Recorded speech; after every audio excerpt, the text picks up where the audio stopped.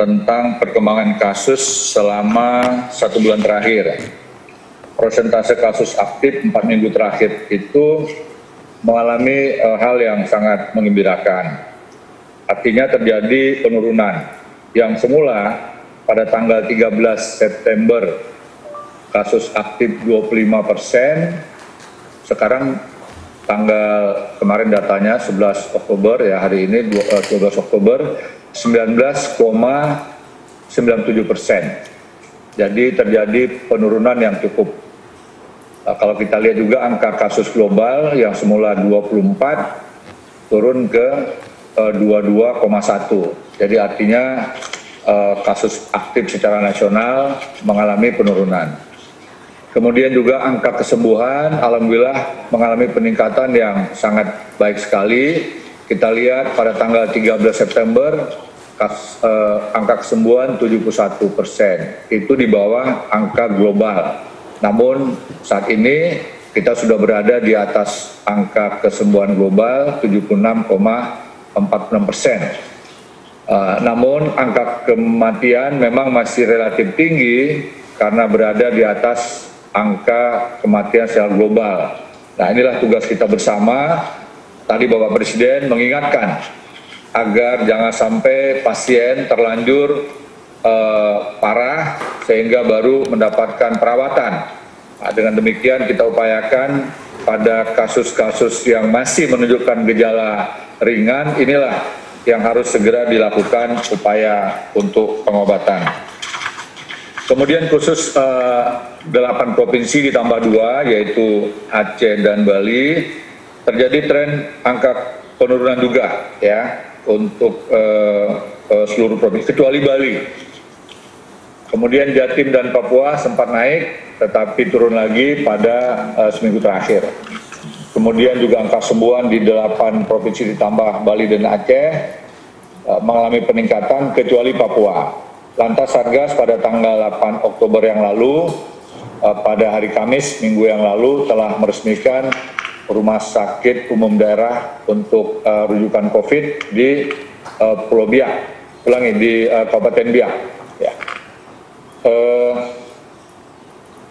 Kerjasama Kementerian PUPR dengan Kemenkes didukung oleh Adikarya BUMN selama 77 hari dan sekarang masyarakat yang ada di Kabupaten Yapen Waropen dan juga Kabupaten Biak Numfor yang selama ini harus dirujuk ke rumah sakit yang ada di Jayapura, sekarang cukup dirawat di Rumah Sakit Umum Daerah di Biak. Kemudian kami tadi juga melaporkan kepada Bapak Presiden tentang adanya 17% masyarakat yang masih menganggap tidak mungkin dan sangat tidak mungkin untuk terpapar COVID. Nah, ini tentu angka yang sangat besar. Dan tadi Bapak Presiden juga menekankan berulang kali tentang pentingnya perubahan perilaku. Kalau kita lihat data-data di seluruh provinsi, ternyata Maluku Utara, Maluku berada pada posisi yang pertama.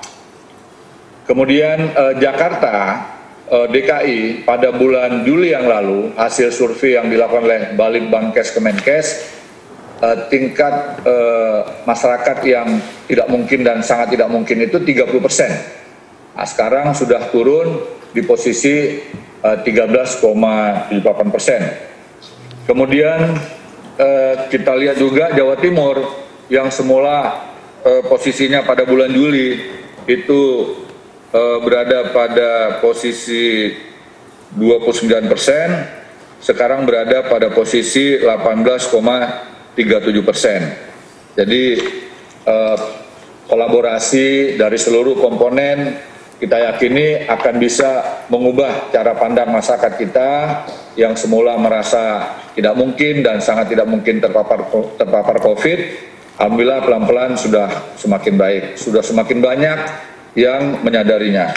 Kemudian juga media yang paling populer untuk informasi terkait dengan protokol kesehatan. Yang pertama peringkatnya adalah media sosial. Kemudian diikuti TV, WhatsApp, media online, poster dan juga selanjutnya untuk surat kabar serta radio. tentunya kita berharap sekali kepada teman-teman media untuk senantiasa mengkampanyekan atau menyampaikan pesan-pesan tentang patuh kepada protokol kesehatan, memakai masker, menjaga jarak dan menghindari kerumunan, serta mencuci tangan sesering mungkin dengan menggunakan sabun dan air mengalir atau juga menggunakan cairan disinfektan. Kemudian tingkat kepatuhan itu juga ternyata dipengaruhi oleh adanya sanksi atau tidak. Jadi masyarakat yang memberikan kesaksian atau dari hasil survei yang dilakukan oleh BPS untuk 90.967 responden, ya. Jadi 55% mengasah karena tidak ada sanksi. Dan juga kita lihat di sini masalah keteladanan kepemimpinan. Ini juga masuk pada posisi 19%. Jadi kita sangat berharap seluruh pihak, seluruh pejabat, seluruh aparat, dan tokoh-tokoh dimanapun berada untuk bisa mengajak masyarakat dengan cara memberi contoh. Kemudian Satgas telah bekerjasama dengan sejumlah media dan juga sudah ada 4.900 wartawan yang bergabung dalam program untuk kampanye perubahan perilaku. Kemudian juga sejumlah media di beberapa provinsi kami menyampaikan terima kasih dan penghargaan yang setinggi-tingginya karena telah bersedia untuk menampilkan konten-konten yang mampu mempengaruhi perilaku masyarakat. Mudah-mudahan yang masih merasa belum yakin bisa menjadi yakin. Kita sudah lihat datanya secara global sudah lebih dari 35 juta orang yang terpapar COVID. Lantas yang meninggal sudah lebih dari 1 juta orang. Di tanah air kita yang terpapar COVID sudah mendekati 350.000 orang. Sedangkan yang wafat, yang meninggal sudah lebih dari 11.500 atau sudah mendekati 12.000 orang. Kemudian sosialisasi juga melibatkan para penyuluh KB dari BKKBN. Kemudian juga pelibatan para pelajar dan juga mahasiswa. Kerjasama dengan Kemendikbud diharapkan ikut membantu untuk sosialisasi perubahan perilaku. Kemudian juga kami sampaikan kepada teman-teman media laporan kami kepada Bapak Presiden tentang upaya kerjasama dengan TNI Polri di DKI sebanyak 5 kelurahan, hasilnya cukup bagus. Artinya masyarakat terlihat ada rasa respek kepada petugas yang ditunjuk oleh kelurahan. Kemudian berkembang menjadi 62 kelurahan desa di Jabodetabek. Dan kalau ini bagus, maka kami akan kembangkan lagi ke sejumlah daerah. Dan mereka yang tergabung itu dipilih oleh kelurahan. Ada perwakilan dari tokoh agama, ada perwakilan dari tokoh pemuda, ada perwakilan dari tokoh-tokoh masyarakat, dan mayoritas 60% adalah ibu-ibu. Dan terlihat memang ibu-ibu kelihatan lebih dihargai. Jadi masyarakat lebih respect ketika yang mengingatkan adalah ibu-ibu. Nah, ini juga sesuai dengan arahan dari Bapak Presiden untuk melibatkan lebih banyak PKK. Kemudian untuk penyebarannya, Jakarta Pusat ada 19 kelurahan, Jakarta Barat 6, Jakarta Selatan 17, Jakarta Timur 8, Jakarta Utara 5, kemudian Kepulauan Seribu 1, Kota Bekasi 1, Depok 1, Kota Tangerang 1, Tangerang Selatan, kemudian Kabupaten Bekasi dan Kabupaten Tangerang masing-masing 1. Kemudian kerjasama Satgas dengan TNI, Polri, dan Kemendagri serta relawan untuk melaporkan hal-hal yang ditemukan di lapangan terkait dengan perubahan perilaku. Dan kita lihat di sini persentase masyarakat yang menggunakan masker sudah semakin meningkat. Kemudian juga yang masih relatif belum begitu optimal yaitu menjaga jarak Nah, tadi Bapak Menko Perekonomian sudah menyampaikan pesan Presiden terkait dengan masalah kepatuhan kita untuk selalu menjaga jarak, dan kita tidak ingin kegiatan-kegiatan yang menimbulkan kerumunan akan membahayakan diri sendiri bahkan keluarga. Kita juga sudah tahu 7% dari pasien yang dirawat di Wisma Atlet menunjukkan bahwa mereka tidak pernah keluar. Jadi ada 7% yang tidak pernah beraktivitas di luar ternyata terpapar COVID.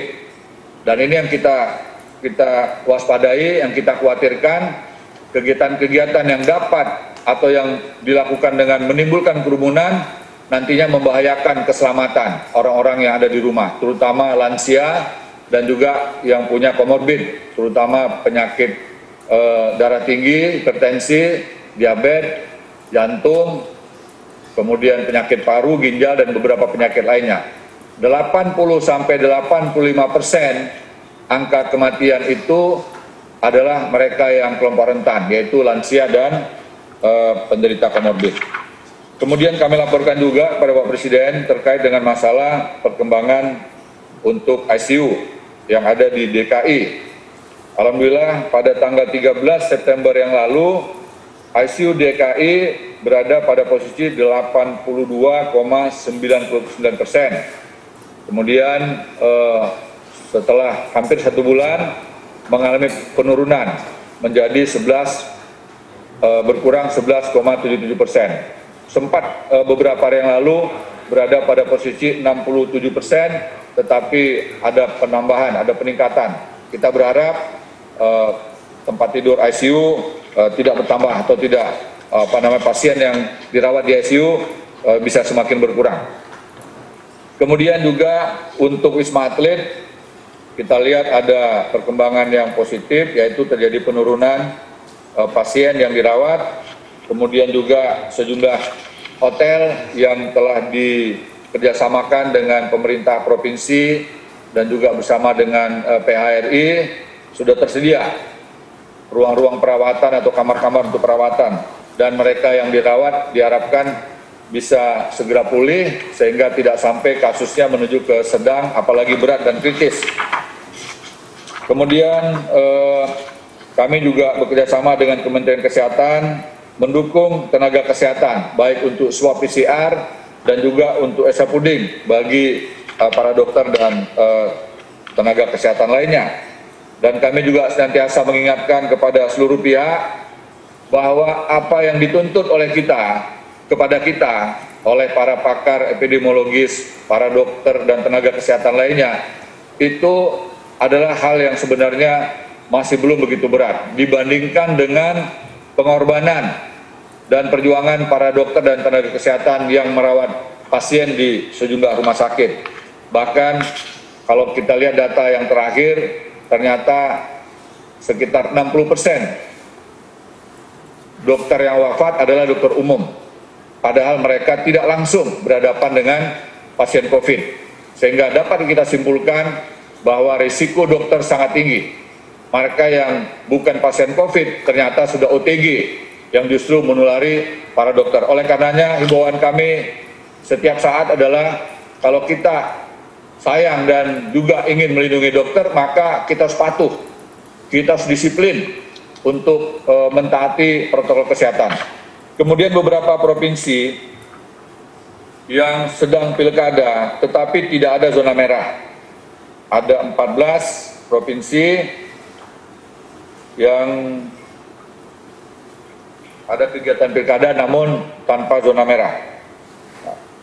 Sulawesi Selatan sempat masuk, tetapi data terakhir ada penambahan 1 kabupaten kota yang zona merah. Jadi sebenarnya Provinsi Sulawesi Selatan sudah menunjukkan tren yang sangat baik, namun pada hari kemarin ada penambahan. Di sini dapat kita simpulkan bahwa masalahnya bukan ada atau tidak ada pilkada, masalah lebih kepada masalah kepatuhan terhadap disiplin menggunakan masker, jaga jarak dan menghindari kerumunan serta mencuci tangan. Bapak Presiden selalu menekankan pentingnya data bagi kita semua dalam membuat kebijakan. termasuk juga tadi Bapak Presiden mengingatkan tentang libur panjang yang berpotensi menimbulkan klaster untuk klaster baru. Oleh karenanya Pak Presiden tadi mengatakan beberapa waktu sebelum adanya waktu libur panjang harus ada mengingatkan sehingga kita semuanya bisa mengambil langkah-langkah yang tepat agar tidak terjadi tambahan kasus pada saat liburan. Yang pertama terkait dengan 12 kabupaten kota yang tadi sudah disampaikan Bapak Presiden tetap berjalan sebagaimana yang sudah dilakukan oleh Bapak Menko Marves, yaitu ada 8 provinsi prioritas ditambah 2 itu Bali dan Aceh. Kemudian kalau kita lihat dari 12 kabupaten kota yang angka kasus per minggunya lebih dari 1.000, itu hanya 3 kota di luar dari 8 provinsi prioritas ditambah 2, yaitu Ambon, Padang, dan Pekanbaru. Nah, untuk Padang dan Pekanbaru ini sudah kita lihat perkembangannya. Padang sepertinya mengalami peningkatan testing per hari, termasuk yang tertinggi di seluruh provinsi. Jadi tracingnya dan testingnya sangat masif, dan kita lihat juga setelah tinggi, kemudian hari kemarin mengalami penurunan untuk Padang. Kemudian Pekanbaru juga sudah ada dukungan dari pusat, dari Satgas bersama dengan Kemenkes untuk menambah jumlah laboratorium. Termasuk juga Ambon sudah pernah dikunjungi beberapa waktu yang lalu dan kami akan mengikuti perkembangan untuk Ambon. Yang lainnya 9 kota yang ada itu sudah masuk dalam program prioritas pemerintah pusat. Kemudian yang kedua menyangkut masalah keputusan Gubernur DKI untuk mengambil kebijakan PSBB transisi. Jadi teman-teman wartawan sekalian, kita hanya mengenal satu istilah sebenarnya, yaitu PSBB, pembatasan sosial berskala besar. Pembatasan, ya saya ulangi lagi, pembatasan, bukan pelarangan. Ya. Dan apa yang dilakukan oleh Bapak Gubernur DKI tentunya sebelumnya sudah dikonsultasikan dengan para pimpinan di tingkat pusat, baik itu Bapak Menko maupun Wakil Ketua Komite, termasuk juga dengan kami. Jadi langkah yang sudah diambil, ya menurut saya tidak ada masalah, ya, dan kita lihat dinamika di lapangan. Kalau keputusan ini nantinya mengalami peningkatan kasus, tentunya perlu dievaluasi. Jadi tadi sudah diingatkan oleh Bapak Ketua Komite, gas dan rem. Ya, sementara ya remnya mungkin agak dikendorkan, kemudian mudah-mudahan adanya suatu kesungguhan dari kita semua, dari seluruh komponen untuk betul-betul menjaga sehingga kasus aktif harian tidak mengalami penambahan. Untuk klaster demo, ya sekali lagi kami sangat prihatin. Ya saya ulangi lagi, sangat prihatin apabila upaya-upaya untuk menghindari kerumunan tidak dilakukan secara serius dan sungguh-sungguh. Karena COVID ini ditularkan bukan oleh hewan, sebagaimana flu babi dan flu burung, ya, tetapi oleh manusia.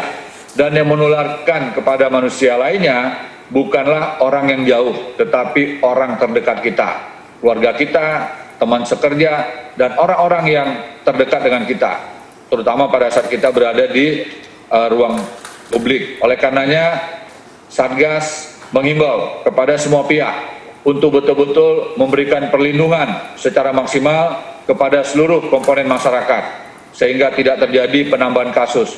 Ketika yang tertular itu adalah anak muda dan secara fisik sehat, mungkin tidak begitu berpengaruh secara langsung kepada kondisi fisik dan kesehatannya, tetapi dapat membahayakan keselamatan bagi orang-orang yang ada di rumah, terutama mereka yang punya risiko ya menderita komorbid. Kemudian selanjutnya menyangkut masalah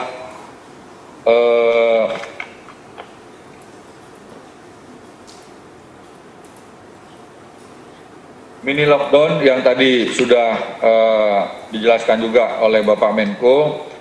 Intinya arahan Presiden bagaimana kita bisa lebih detail untuk mendapatkan data tentang mereka yang terpapar COVID, sehingga kita bisa lebih fokus untuk melakukan upaya penanganan yang lebih sempit. Ya, jadi mini lockdown ini adalah bagian dari PSBB, pembatasan sosial berskala besar untuk wilayah tertentu, seperti halnya di tingkat RT RW atau di kelurahan. Nah, kalau ini bisa kita lakukan secara bersama-sama, terutama di tingkat provinsi dan kabupaten kota, maka upaya lokalisir dari kasus ini bisa lebih optimal kita lakukan.